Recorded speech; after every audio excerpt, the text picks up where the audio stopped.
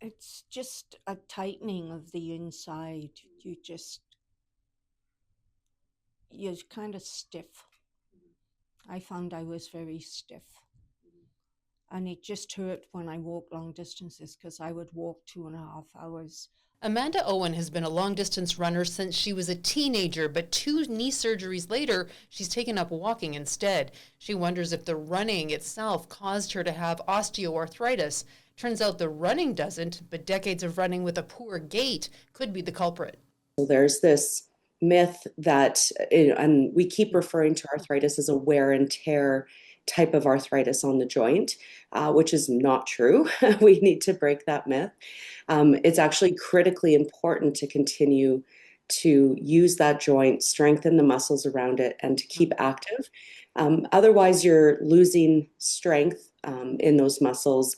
You might start to develop more issues with the joint not supporting you as you're moving. It's going to be more painful over time. And so poorly controlled arthritis would look as someone who is really just not able to participate anymore in their activities, and are choosing to isolate or choosing to avoid doing things that will aggravate that unrelenting pain that they're experiencing.